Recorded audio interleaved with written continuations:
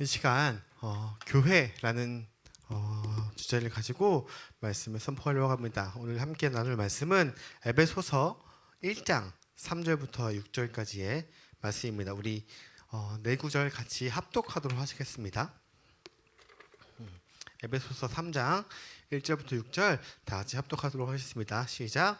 찬송하리로다. 하나님 곧 우리 주 예수 그리스도의 아버지께서 그리스도 안에서 하늘에 속한 모든 신령한 복을 우리에게 주시되 곧 창세 전에 그리스도 안에서 우리를 택하사 우리로 사랑 안에서 그 앞에 거룩하고 흠이 없게 하시려고 그 기쁘신 뜻대로 우리를 예정하사 예수 그리스도로 말미암아 자기의 아들들이 되게 하셨으니 이는 그가 사랑하는 자 안에서 우리에게 거저 주시는 바 그의 은혜의 영광을 찬송하게 하려는 것이라. 아멘.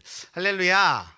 이것은 하나님의 말씀입니다. 자, 오늘은 저희가 믿고 있는 이 기독교의 기본적인 신학, 교회론에 입각한 아주 전반적인 신학을 통하여서 교회가 어떤 곳인지에 대해서 말씀을 나누려고 합니다. 자, 오늘은 전반적인 이 창세기부터의 내용들을 쭉 훑어가면서 얘기할 건데, 자, 하나님께서 우리 인간을 그리고 온 땅을 창조하셨습니다. 자, 보세요. 여기 하나님이 계시고 그 하나님이 우리를 창조하셨습니다. 이 하나님의 계획에 따라서, 하나님의 뜻에 따라서 6일 동안 사람과 동물과 식물과 모든 것을 다 창조하셨습니다. 이것은 기독교에만 있는 놀라운 이 신비인 것입니다.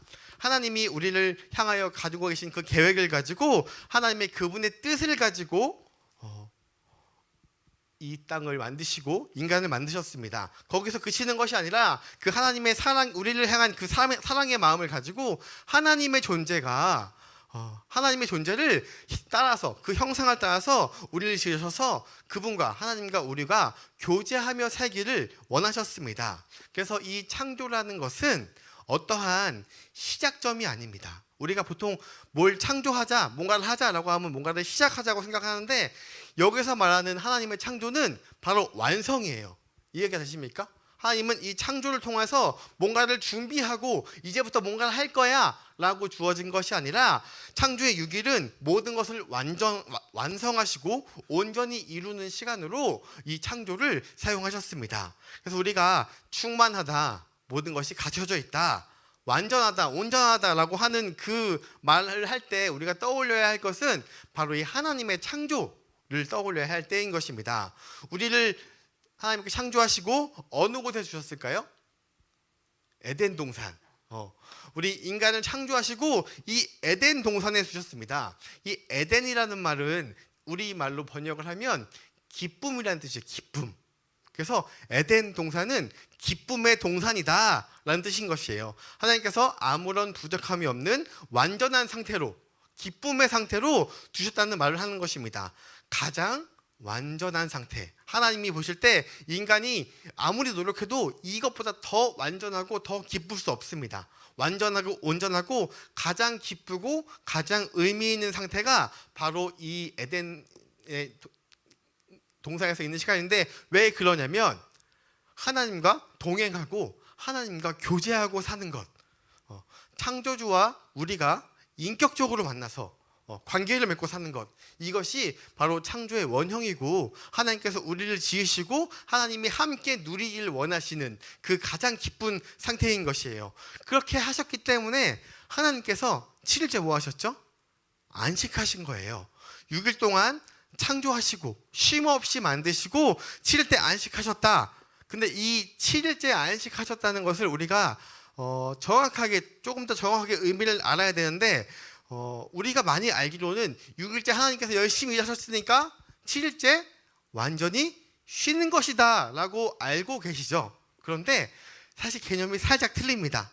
하나님께서 6일째에 하나님께서 계획하셨던 그 상태, 모든 것을 다 만드시고 그리고 마지막 날 인간까지 만드시고 그리고 인간과 함께 화평하면서 하나님과 연합하며 교제를 이룰 수 있는 그 상태를 만들었기 때문에 이제 이 7일째부터는 쭉 뭐만 이루어지고 있냐면 영원한 안식, 하나님과 함께 쉼을 통해서 이 안식이 영원히 지속되는 것이 이 하나님의 뜻이었습니다. 그러니까 우리가 6일 동안 일했으니까 실제 쉬어야지가 아니라 그 이후로 쭉 우리가 하나님과 함께 동행함을 쉴 수 있는 것이 바로 하나님의 뜻인 것입니다.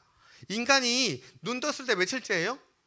6일째 눈을 떴잖아요. 인간의 기준으로는 다음 날이 뭐예요? 안식이죠. 그러니까 그냥 하나님은 모든 것을 다 완성하시고 우리에게 너 무슨 일을 해? 너 뭘 해야 돼? 라고 하실 것이 아니라 다 만들어 놓으시고 이 세상을 다 창조하시고 하나님 바라시는 건 단 하나예요. 나와 함께 교제하면서 인격적으로 대화를 하면서 사랑 안에서 쭉 살아가라 라고 하신 것이에요. 인간은 눈 뜨자마자 바로 안식이 되었던 것입니다. 그래서 인간이 첫째 날 하나님께서 만드시고 둘째 날부터 같이 동물을 만들고 뭘 만든 것이 아니라 다 완성하신 그 후에 바로 우리를 향한 그 계획, 나와 함께 교제하며 동역하며 쭉 나아가는 것, 하나님 주신 복을 마음껏 누리고 이 세상의 것을 다 마련하시고 그것을 마음껏 누리고 늘 함께하는 삶, 이것이 하나님께서 우리 모든 인간들을 향한 계획이었습니다. 그렇게 창조 사건이 일어났습니다. 그런데 인간이 그 안에서 어떻게 반응했는가? 그것이 바로 이 인간의 타락 사건이 있었어요. 그래서 우리는 창조 때에 완전한 자유한 존재였어요. 이 자유에 대해서 제가 설교 때마다 얘기하지만 하나님께서 어떠한 자유까지 주셨냐면 하나님을 믿는 자유, 하나님을 믿지 않을 자유까지도. 그러니까 한마디로 우리를 구속하는 그 어떠한 한 가지도 빠짐없이 모든 자유를 우리에게 허락하셨습니다. 그래서 인간이 참 아담과 하와가 하나님을 떠날 자유를 선택한 결과 그 자유를 선택했는데 아이러니하게 우리가 완전한 자유의 상태에서 아무것도 하지 않고 그냥 평안을 누리고 살아가는 그 상태에서 자유의 상태에서 어떠한 상태가 되었냐면 죄의 상태가 되었습니다.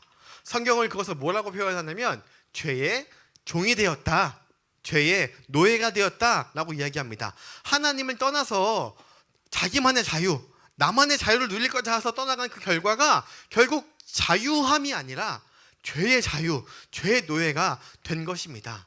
그런데 거기서 문제가 뭐냐면 하나님과 단절된 이 죄의 길을 선택한 이 죄인에게 점점 더 쌓이게 되는 것이 무엇이냐면 하나님을 알지 못한 채, 하나님이 계심을 인지하지 못한 채, 하나님이 계획과 하나님의 뜻을 알지 못한 채 자기들만의 세상, 나의 세상, 죄적인 세상, 이 죄적인 세계관을 점점 쌓아간다는 것이에요. 이것은 다양한 것들이 있을 것입니다. 자기들만의 문화, 예술, 경제, 사회, 외교, 과학 등등등등. 우리가 점점 더 배우고 똑똑해지고 점점 더 알아갈수록 뭔가 우리가 한 것 같고 우리의 권력이 있는 것 같고 우리가 힘세지는 것 같지만 오히려 하나님을 점점 바라보지 않고 점점 내 힘을 바라보면서 내가 어떻게든 자유함을 느끼고 살아가게끔 우리가 점점 하나님 앞에서 죄를 쌓아가고 있는 것입니다. 그런데 어떠한 것들은 하나님을 떠나 있어도 우리가 하나님, 인간에게 남아있는 그 하나님의 본성도 있거든요. 하나님께서 우리에게 양심이라는 것을 주시고 하나님의 형상을 닮아가게끔 하는 마음도 있기 때문에 객관적으로 괜찮은 것들도 있어요. 하나님이 보시기에 좋은 것들도 있고 하나님이 보시기에 참 잘했다 하는 것들도 있어요. 그런데 많은 경우, 대부분의 경우에는 이 죄적인 하나님을 떠나 가지고 간 그 자기들의 계획과 자기들의 이론과 자기들의 학문을 정립하다 보면 하나님이 가지고 계셨던 그 창조, 원래 에덴에서 하나님이 모든 것을 마련하시고 나와 함께 동행하며 사는 그거 하나, 그게 바로 우리의 가장 큰 자유함인데 그것을 점점 대적하고 공격하는 쪽으로 흘러가게 됐다는 것이에요. 그것을 고린도서에서는 이렇게 얘기하고 있습니다. 고린도서 10장 4절 5절 우리 다 같이 읽어볼까요? 시작. 우리는 싸우는 무기는 육신에 속한 것이 아니요 오직 견고한 진도 무너뜨리는 하나님의 능력이라. 모든 이론을 무너뜨리며, 여기서 모든 이론을 무너뜨리는 것이 바로 하나님의 능력인 것입니다. 우리가 싸우고 있는 모든 것을. 그리고 5절에 하나님을 아는 것을 대적하여 높아진 것을 다 무너뜨리고 모든 생각을 사로잡아 그리스도에게 복종하게 하니. 무슨 말입니까? 하나님을 대적한다는 거예요. 만약에 우리가 하나님을 떠나서 죄적으로 사는 이 사람들이 하나님을 대적하거나 거스르지 않고 그냥 우리들끼리 하나님께서 가르쳐주신 대로 그냥 사랑하며 화평하며 의를 누리며 서로 배려한다면 문제가 될 게 없는데, 그런데 이 죄의 속성은 그렇지 않다는 거예요. 죄의 속성은 그렇게 하기를 놔두지 않습니다. 하나님을 떠난 죄인들이 살아가는 이 세계관은 항상 하나님의 가치와 하나님의 의와 하나님의 뜻과 그 계획을 대적하여서 일어난다는 것입니다. 하나님이 원래 계획하셨던 그 에덴의 원형, 하나님께서 기본적으로 인간에 주셨던 그 마음, 모든 것을 다 누리고 하나님과 동행하면서 살아가는 그것을 계속 어그르고 깨트리고 심지어 하나님을 모욕하고 공격하기까지 이르는 것이 바로 이 죄의 속성이라는 것입니다. 이것이 문제가 되는 것입니다. 원래 하나님께서 자유함을 주셨을 때 우리가 하나님의 계획을 따라 산다면 그곳에는 많은 열매들이 맺혔을 것입니다. 사랑의 열매, 의의 열매, 화평의 열매, 기쁨의 열매, 이런 열매들이 얼마나 많이 맺혔을까요? 그럼 이 세상이 얼마나 행복하고 정말 기쁨에 살 수 있을 건데, 그런데 그 하나님의 창조하셨던 그 모습을 우리가 지키지 못한 채 죄 가운데 죄의 속성을 가지고 살아갈 때에 그냥 단순히 그 죄에 살면서 우리가 잘 먹고 잘 사는 것이 아니라 하나님을 대적하고 자신을, 나를 높아지려고 하는 것이 점점점 많이 있다는 것입니다. 그것이 바로 이 기독교적인 용어로 타락이라고 합니다. 타락.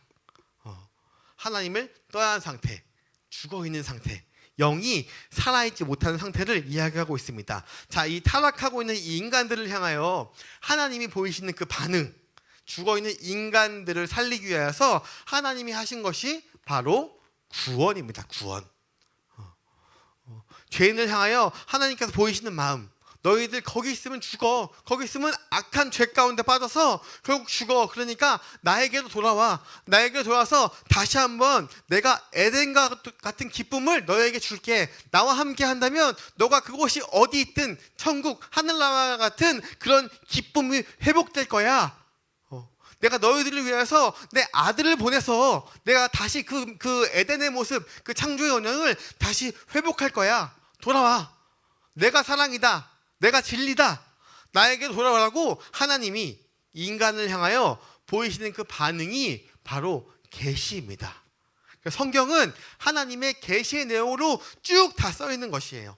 하나님께서 인간을 사랑하셔서 보여주는 그 마음, 그 가르침, 혹은 기적들, 이적들, 성경에 나오는 많은 그 기적들, 그 많은 형상들이 바로 하나님께서 인간들을 향하여 계시하여 주신다는 것입니다. 구약에서는 어떻게 많이 하나님께서 임하셨을까요? 많은 기적들로, 많은 표적들로 하나님께서 자기를 증인하시고 증거하셨습니다.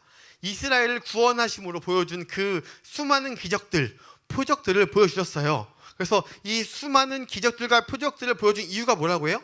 하나님이 하나님 되심을 증명하시기 위해서, 하나님이 하나님 되시기를 증명하기 위해서 그러한 많은들을 증거들을 보여주셨어요. 단순히 애굽 백성을 치고 멸망하고 심판하기 위해서 그 10가지 재앙을 통한 그것들을 보여준 것이 아니라 그 애굽 백성과 그 애굽의 왕까지도 동일하게 하나님을 보여주셔서 내가 하나님이다. 너희들이 믿는 그 많은 신들 다 가짜고 다 힘없고 다 내 앞에 무릎 꿇는 그러한 존재들이라는 것을 보여주면서 누가 진짜 신인지를 보여주기 위해서 하나님이 구약 내내 그런 계시로 보여주셨습니다. 그렇게 구원해 주신 그 이스라엘 백성이 하나님을 보면서 신이 다스리는 나라, 거기서 행복하게 살았습니다 라고 하면 너무도 좋을 텐데, 우리는 이미 성경을 봤기 때문에 알고 있죠? 그렇게 하지 않고 이 죄적인 세상에서 다시 한번 이 죄적인 마음, 정치, 외교를 시작하는 거예요. 인간이 뭔가 이렇게 더 하면 더 잘 살겠지, 이렇게 더 하면 더 잘 살겠지라는 것을 통해서 이게 그냥 잘 사는 것으로 끝나는 것이라 하나님을 대적하는 마음이 주어진다는 것이에요. 그래서 하나님이 다스리는, 신이 다스리는 나라가 되었는데 그들이 뭐라고 얘기하냐면, 우리에게도 훌륭한 왕이 있다면, 우리에게도 튼튼한 나라와 튼튼한 군사력이 있다면, 외교를 좀 더 잘한다면 우리가 그 에덴 동산과 같은 모습으로 돌아가지 않을까요? 하나님 우리에게도 왕을 주세요. 그럼 우리가 조금 더 잘 살 수 있을 것 같습니다. 저 옆에 나라 강대국을 보니까 강한 왕이 강한 군사력을 통치하니까 저 나라가 행복해 보이니까 우리에게도 왕을 주시고 우리에게도 강한 군사력을 세울 수 있도록 인도해 주세요. 그러면 잘 살 것 같습니다 라고 하면서 하나님을 또 대적하는 것이었습니다. 그럴 때 하나님 뭐라 그러세요? 그래 너희들 해봐. 너희들 내가 왕 세워볼게. 해봐. 그런데 너희들 왕을 세우면 그 왕한테 조공도 바쳐야 되고 그리고 너희 자식들은 그 왕을 위해서 일도 해야 되고 군대도 만들어야 되는데 너희들 정말 세울 거야? 라고 했을 때 이스라엘 백성들이 우리에게도 훌륭한 왕을 세우면 그가 정치도 잘하고 외교도 잘해서 우리가 강한 이 군사력을 바탕으로 조금 더 행복하고 정말 화평하게 살아갈 수 있을 것 같습니다 라고 해서 하나님께서 왕을 세워주시죠. 그리고 나중에는 역대 가장 똑똑한 왕까지도 주십니다. 누구예요? 솔로몬. 솔로몬을 왕위에 세워주셔서 문화, 지식, 그 어떤 것 부족함 없는 나라로 강대국으로 그런 환경을 하나님 만들어주셨습니다. 인간이 할 수 없는 가장 최상의 시도, 최상의 지식, 최상의 실력으로 그 나라를 세워주셨습니다. 모든 환경을 다 만들어주셨어요. 어떻게 되고 싶어서요? 에덴 동산으로 돌아가고 싶어서. 그 에덴 동산에서 한없는 기쁨을 누리기 위해서 이스라엘 백성들이 자기의 기쁨을 누리기 위해서 그것을 세웠습니다. 왜냐하면 모든 인간은 하나님의 속성도 있기 때문에 그 에덴 동산을 꿈꾸는 것이 누구라도 다 있기 때문에 그것을 갈망했습니다. 최고의 기쁨, 최고의 행복, 최고의 만족을 이루고 싶은 마음이 그 갈망이 모든 인간 안에 있습니다. 그래서 그런 인간들이 이러저러한 것들을 자기의 힘으로 자기의 능력으로 할 때마다 결국 실패하고 옆 나라에 침공을 당하고 그리고 하나님께 불신할 때마다 하나님께서 계속 선지자들을 보내주시고 사사들을 보내주시죠. 보내서 뭐라고 하세요? 너희 실력으로는 안 돼. 너희 힘으로 할 때의 결과가 이거야. 너희 지식으로는 안 돼. 차라리 나에게 돌아와라. 하나님께 돌아와라. 하나님께로 돌아오자. 하나님만이 답이 있다. 그렇게 해서 하나님께서 계속해서 약속을 보내주시고 예언을 해주시고 그리고 맹세해 주십니다. 인간의 시도, 인간의 노력, 인간의 애씀과 동시에 하나님께서는 어떠한 일을 하셨는가. 이렇게 구약이 쭉 진행이 되었다면 신약에서는 어떻게 하십니다? 드디어 하나님께서 예수를 이 땅 가운데 보내주시죠. 아들을 보내주세요. 예수 그리스도를 보내주세요. 그리고 그분의 강림과 그분의 죽으심과 그리고 부활을 통하여서 뭘 이루고자 하신 것이에요? 이것도 동일하게 하나님의 계시 사건입니다. 하나님이 너희를 이만큼 사랑하신다. 너희의 존재는 내가 아들을 보내서 그가 죽음을 대속하여 죽을 만큼 그만한 존재다라는 것을 우리에게 끊임없이 계시해 주시는 것이에요. 이 계시를 통하여서 구원을 이루시는 것입니다. 예수 그리스도의 죽으심과 부활을 통하여서 어디로 돌아가자고 하는 거예요? 끊임없이 지금 같은 주제를 얘기하고 있습니다. 에덴으로 돌아가고자 하는 것입니다. 할렐루야. 그런데 예수님의 이 구원하심을 통하여 드디어 우리가 의의 열매, 희락의 열매, 사랑의 열매, 화평의 열매를 맺을 수 있는 길을 우리에게 보여주셨습니다. 그것이 하나님께서 마지막으로 계시하여 주신 그 사건입니다. 자, 이러한 구속의 사건, 이 구원의 사건을 통하여 드디어 우리가 얻게 되는 것은 무엇일까요? 그것이 바로 오늘의 주제의 말씀, 교회입니다. 교회. 창조의 모습으로 우리가 자유인일 때, 하나님 앞에서 자유할 때 맺는 그 우리가 열매, 우리가 열매 맺는 인간으로 돌아와서 그것을 함께 모여서 나눌 수 있는 공동체, 하나님을 믿는 그 마음으로 우리가 하나님을 예배하며 함께 찬양하며 그렇게 하나님 앞에서 찬양하고 에덴 동산처럼 하나님과 교제하며 살아가며 그것을 감당할 수 있는 공동체, 그것이 바로 교회 공동체인 것입니다. 자, 그래서 신약에 와서 교회가 시작이 됩니다. 그런데 문제가 뭐냐면 그 전 하나님께서 에덴 동산을 만드시고 인간을 만들었을 때는 인간한테 뭐가 없었냐면 죄의 속성이 없었어요. 그렇기 때문에 하나님과 늘 함께 교제할 수 있는데, 그런데 그것과 똑같이 예수 그리스도께서 이 땅에 오셔서 우리의 모든 죄를 대신하여 죽으시고 부활하심으로 그것을 믿기만 한다면 우리가 죄인이지만 이 죄의 값을 다 갚아주기 때문에 우리가 죄 없다고 하셨잖아요. 우리는 드디어 의인으로 바뀌었는데 바뀐 순간 우리가 짠 하고 모든 삶의 변화가 되던가요? 그 이후부터 죄도 하나도 안 짓고 정말 하나님 앞에서 기쁘게 살아갈 수 있을까요? 내가 높아지지 않고 모든 행위 가운데 하나님을 높이는 순간이 되던가요? 아니면은 그 변화가 지지리도 안 되고 정말 노력하고 노력해서 결국 하나씩 바뀌던가요? 저는 정말 많이 노력해야 이만큼 티도 안 날 만큼, 그러니까 저 혼자만 알 만큼 바뀌는 것 같아요. 말씀을 많이 듣고 설교를 해도. 오죽하면 요즘 책에 어떤 책이 있냐면 사람은 왜 변하지 않는가, 이러한 책들도 막 나와 있는. 근데 이렇게 하나님과 함께 동행하면서 하나님화 되어가는 것, 하나님이 가르쳐주신 그 창조의 원형대로 나아가는 것, 하나님과 동행하는 것, 그것을 성경적 용어로 뭐라고 이야기하냐면 성화의 과정이라고 이야기합니다. 성화의 과정. 성화에서 동반되는 것이 바로 이 성령의 역사인 것이에요. 분명히 하나님께서 계시 사건을 마무리하시고 이 구원의 사건을 이루셨지만 우리가 죄인의 모습에서 의인으로 옮겨왔지만 그 이 의인이 되어서 하나님과 완전한 충만했던, 하나님과 동행하면서 완전히 살았던 그 모습까지 돌아가는 그 과정이 있다는 것이에요. 짠, 어느 순간 딱 바뀌면 좋겠는데 이 땅의 죄의 속성으로 살아가는 우리들은 짠하고 바뀌기가 너무도 힘들어요. 잠깐 결심을 했다가도 살아가다 보면 결심이 꺾여서 결국 돌아가니까 그것을 돌아가기까지 이 과정이 있다는 것이에요. 성도이지만 원래 이 죄인이기 때문에 그 누구도 처음부터 한순간에 완전해지고 온전해지는 자는 없다는 거예요. 그래서 여러분, 우리가 구원받아서 와, 여기서 진짜 은혜가 있구나, 하나님께서 계시는구나 라고 하고 성경을 읽을 때, 하나님을 알지 못할 때 읽었던 것과 그 후에 읽을 때 변화가 있어요? 없어요. 변화가 있을 수가 없어요. 성경이 원래 하나님께서 계획하셨던 그 방식 그대로 읽을 수 있는 사람이 없는 거예요. 그럴 수가 없는 거예요. 심지어 어린아이를 할지라도, 아직 죄를 많이 씻지 않은, 때가 많이 타지 않은 이 어린아이를 할지라도 자신이 갖고 있는 그 개념, 이 죄적인 본성이 남아있기 때문에 그 죄성으로 성경을 온전히 해석하기가 쉽지 않다는 거예요. 어른들도 마찬가지죠.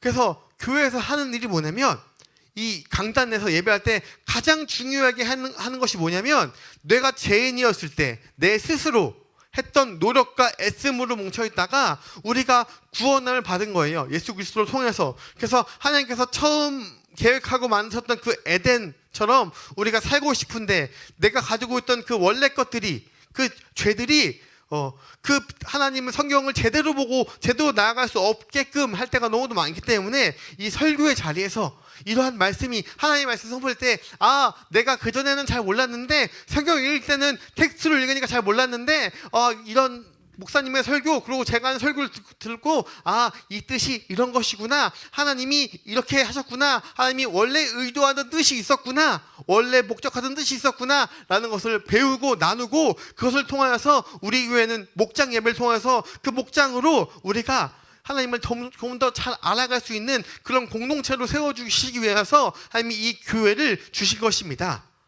성도가 처음부터 알아서, 진리를 다 알아서 완전히 깨닫는 것이 아니라 우리가 함께 모여서 점점 성화되어가는 그 과정이 있다는 것이에요. 그래서 요즘 교회 안 다니고 혼자 하나님과 개인적으로, 나는 하나님과 개인적으로 만남을 합니다, 하나님과 개인적으로 기도를 합니다, 하나님과 개인적으로 교제를 합니다라는 사람들이 많이 있거든요. 그런데 그분들이 완전한 교제를 할 수 있을까요? 저는 단언컨대 할 수 없다고 생각을 합니다.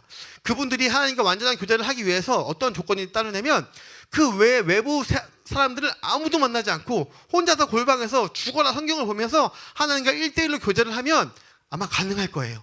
죄가 틈타지 않는 환경을 만들면 가능할 거예요. 그런데 나의 무리와 나에 속해 있는 곳, 내가 만나는 사람들, 죄인들 가운데, 그리고 죄인의 이 세워진 이 법들 가운데 살아가면서 그것을 지키고 살아가는 것은 단언컨대 한 명도 없습니다. 예수 그리스도를 제외하고는 아무도 할 수 없는 것입니다. 그렇기 때문에 교회 공동체가 굉장히 소중한 것이고요. 그리고 믿는 한 사람이 그렇게 소중한 것이에요. 우리가 공동체에서 함께 믿고 함께 하나님을 바라보고 나아가는 것이 그만큼 귀한 것입니다. 그래서 우리가 이 과정은 언제까지 지속되느냐? 우리가 죽을 때까지 이 성화의 과정이 이루어나간다는 것입니다. 내 삶에 전적으로 스며들고 녹아들어서 하나님과 함께 나아가면서 조금씩 하나님의 뜻대로 하나님의 말씀대로 살아가는 것, 이것이 나의 삶 전체적으로 하나님과 동행하며 살아가는 것이 죽을 때까지 우리는 이 성화의 과정을 통해서 나아가야 한다는 것이에요. 우리가 한 가지 부분만 바뀌는 것이 아니라 우리의 마음가도 있는 전 인격 가운데 모든 것이 성령님의 도우심을 통하여서 변화되어지는 것입니다. 어떤 모습으로? 창조의 원형으로. 그 전인격적인 하나님의 구원의 모습으로 우리가 이루어져가는 과정이 있다는 것입니다. 그런데 문제는 뭐냐면 사람마다 잘하는 것과 못하는 것이 차이가 많이 있다는 것이에요. 그래서 저 사람은 저렇게 교회를 다니고 구원받았다고 하고 심지어 직분도 받았는데 왜 이렇게 성격이 안 좋대? 혹은 저 사람이 신앙생활을 저렇게 오래 했는데 왜 이렇게 하나님 앞에 헌신하지 않아? 이렇게 말이 나오는 이유가 뭐예요? 이 성화의 과정 가운데 어떠한 사람은 잘하는 게 있고 어떠한 사람은 못하는 게 있어요. 예를 들어 볼까요? 어떤 사람은 자기 관리를 아주 철저하게 합니다. 그래서 와, 저런 사람은 하나님의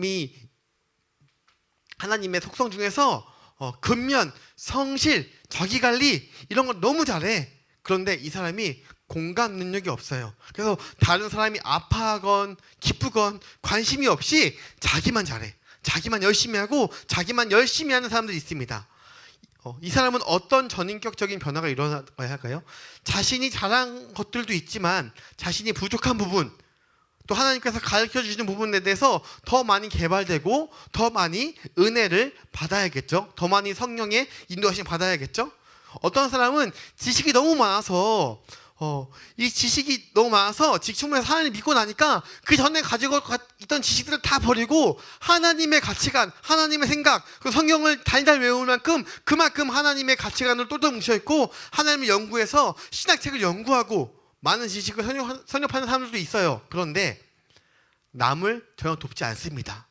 자기 지식만 쌓여서 신학자 수준, 오히려 목사, 전도사보다 더 많은 성경을 알고 있음에도 불구하고 이 지식을 나누지 않고 내 삶 가운데 실천되지도 않고 여전히 그 지식으로만 가지고 있고 나아가는 사람도 있습니다. 자, 이 사람은 아직 온전한 인격적인 성화의 자리에 이르지 못한 것이겠죠. 나의 내면적인 것과 이 외면적인 표현들, 이 모든 것에 있어서 전 인격적으로 하나님과 그 완전한 인격적인 교제하에 나의 연약한 점, 나의 부족한 점을 모든 분야에서 하나님을 닮아가는 것, 하나님의 뜻을 알고 예수님의 성품을 닮아가는 것, 그것이 성화의 과정이고 또 성령님께서 우리와 함께 하셔서 가르쳐 주시고 함께 해주시는 그 일들입니다. 하나님의 원리를 알아가면서 내가 원래 가지고 있었던 생각들, 죄적인 체계들, 죄적인 지식들, 죄적인 이 습관들을 교정해 가면서 하나님과 하나님의 원리와 하나님의 그 인식 체계를 정립해 가는 것, 그것이 바로 신앙의 성숙이라고 부르는 것이에요. 성화라는 것이 저 사람 예수 믿더니 갑자기 방언하고 막 치유에 능 사람하고 막 치유했네? 그런 사람 보고 성화되었다고 이해합니까? 아니라는 거예요. 그것은 단지 그 사람의 잘하는 부분이 더욱더 뛰어나고 발전된 부분들이지 저 사람의 은사 하나는 끝내줘요. 그런데 맨날 상처받을 말만 합니다. 너 잘못 믿어서 그래. 예수 잘못 믿어서 그렇게 아픈 거야. 치유의 은사 받으신 분들이 이렇게 말하시는 분들 굉장히 많습니다. 왜냐하면 본인은 치유의 은사가 뛰어나니까 조금만 기도해도 치유의 역사하심이 있는데 어떤 사람은 정말 간절히 기도해도 치유의 역사가 일어나는지 안 일어나는지 모르는 사람이 있습니다. 그 둘 중에 누가 더 큰 믿음일까요? 우리가 알 수 없죠. 우리는 알 수 없죠. 그렇다고 그 치유의 역사가 일어나지 않는 사람들에게 너 지금 예수 믿지 않아? 라고 이야기할 수도 없는 부분들이죠. 어떠한 사람은 성품이 굉장히 좋은데, 그런데 무슨 일을 시키면 그 일을 끝까지 해내지 못하고 리더십도 없고 추진력도 없고, 누가 더 신앙생활 잘하는 겁니까? 제가 항상 이렇게 질문하지만 그런 것을 비교할 필요가 없다는 것입니다.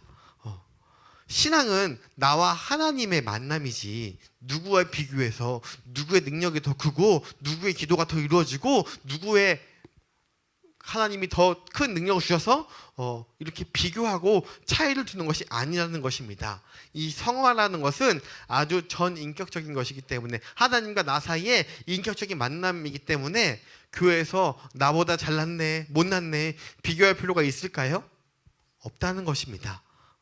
이 성화되어 가는 사람들, 성령님과 함께 동행하는 사람들, 이 믿는 사람의 공동체가 바로 교회가 되는 것입니다. 교회는 어떤 곳이어야 할까요? 하나님께서 저희를 인도해 주시고 그리고 근본적으로 교회를 세우신 이유가 있다고 믿습니다. 하나님께서 주신 그 목적과 이유 없이 우리가 존재할 수 없기 때문에 교회도 분명히 목적과 이유가 있는데, 많은 교회들이 이 목적을 세웁니다. 그래서 이 비전을 선포하고, 그리고 이 비전을 통해서 어떤 수단을 간구하고요, 방법을 만들어냅니다. 어떤 교회는 선교회 비전을 두고 선교사 파송하는데 최선을 다해서 1년에 몇 명 파송하기 막 이러한 결심도 하고 나아가는 교회도 있습니다. 어떤 교회는 봉사의 목적을 두고 이것을 최선을 다하는 교회들이 있습니다. 그 외 여러 가지 교회의 모습들이 있죠. 근데 문제는 이러한 비전과 목적을 세우는 것이 굉장히 좋은 일이지만, 이 목적에 모든 교회가 우선시 되어서는 안 되는 것입니다. 이 목적은 수단일 뿐이에요. 하나님을 전하고 하나님을 믿지 않는 사람들 교회에 올 수 있도록, 하나님을 만날 수 있도록 하는 그 수단일 뿐이에요. 교회는 하나님을 예배하는 곳입니다. 내가 받은 그 은혜가 반응으로 표현되어지는 곳, 내가 표현하고 싶은 공동체, 하나님께 받은 그 은혜를 표현하고 싶은 공동체, 그런 사람들이 모여있는 곳, 그것이 바로 교회라는 것입니다. 우리는 뭔가를 이루기 위하여서, 어떠한 목표를 이루기 위해서 모이는 것이 아닙니다. 그렇다고 해서 교회가 아무런 목적과 목표를 가지지 말라는 것은 아니지만 우선순위를 반드시 잡아야 하는 것입니다. 예를 들어서 어떤 사람이 긍휼의 마음이 굉장히 뛰어나서 저희 노숙자들만 보면 밥을 사줘야 되고 막 너무 안쓰러운 마음이 있어요. 하나님의 수송 중에서 애끓는 마음이 있어요. 그러면 그것을 하면 됩니다. 그것을 위해서 열심으로 기쁨으로 해나가기를 축복합니다. 여러분의 각자의 부르심에 맞게, 각자의 그 은사대로 하나님께 주신 그 마음에 합당하게, 그 나의 분량에 맞게 그 믿음으로 반응하기를 축복합니다. 그러나 그것을 교회가 뭔가 하나 딱 정해서 이것을 목표로 하기 시작하면 또 다른 인간적인 것들이 들어오기 시작합니다. 여러분, 큰 교회가 될수록 얼마나 많은 이권과 그리고 그 물질적인 안에 그 이해관계가 얼마나 많이 끼는지 몰라요. 그래서 우리가 어떻게 끝까지 하나님이 주신 그 은혜의 원리를 우리가 따라서 살 것인가, 이 흐름을 알고 이 흐름에 맞는 하나님의 계획을 이해할 때만이 그러한 목적도 가능한 것이고요, 그러한 것들도 우리가 할 수 있는 것이에요. 교회는 하나님이 주신 그 은혜 때문에 존재하는 곳입니다. 그래서 교회의 기본적인 역할은 그 은혜에 반응하는 성도가 될 수 있도록, 하나님의 은혜에 반응하여서 우리가 하나님을 증거할 수 있도록, 하나님을 대적하여 높아져 있는 그 수많은 것들을 우리가 다 버려서 하나님과 함께 에덴의 자리까지 우리가 돌아갈 수 있는 것, 그것에서 우리가 무엇을 해야 될까요? 목표를 이루어야 할까요? 수단을 제시해야 할까요? 방법을 이야기할까요? 아니라는 거예요. 교회가 감당해야 할 가장 중요한 것은 그 하나님의 그 창조의 원형으로 하나님께서 보여주신 그 뜻과 원리를 잘 가르치고 잘 나누고 하나님의 은혜를 같이 증거하는 곳이 되어야 하는 것입니다. 하나님을 알아가는 공동체, 하나님을 바르게 알아가는 공동체, 하나님이 원래 가지고 계셨던 그 모습 그대로 나누어지는 그러한 성도들의 모임, 그것이 바로 우리 교회가 될 것입니다. 우리 교회의 가장 이 근본에는 하나님이 살아계신다는 것, 그리고 지금도 일하시고 성령님께서 우리를 통해서 우리가 갈 길을 인도하여 나가신다는 것을 인정하는 것입니다. 인간이 타락하고 방황해서 우리들만의 성, 자기들만의 성을 쌓고 나아갈 때에 하나님께서 가만히 계시지 않으시고 우리를 통해서 일하시고 우리를 구원하여 주셨습니다. 그 일하심의 결과를 우리가 받는 것이에요. 그 결과가 교회에서 예배하고 나누고 하나님을 찬양하는 그 예배가 되는 것입니다. 그래서 교회는 무엇을 이루기 위한, 무엇을 성취하기 위한 곳이 아니라 하나님의 은혜에 감격해서 그 기쁨을 누리고 또 나누는 그런 공동체가 되어 줄 믿습니다. 우리가 성경을 계속해서 나누는 그 이유도 하나님을 바르게 알아가기 위함이에요. 이런 성경의 스토리들이 우리 안에 점점 쌓여져서 하나님의 원리와 하나님의 마음과 심정이 우리의 삶, 각각 개인 가운데 그 영역 가운데 깊숙이 하나님의 인도하심을 받고 스며들어서 흡수되어서 그것들이 우리의 삶에 전반적으로 열매 맺어지기를 소망합니다. 기도하겠습니다. 주님 감사합니다.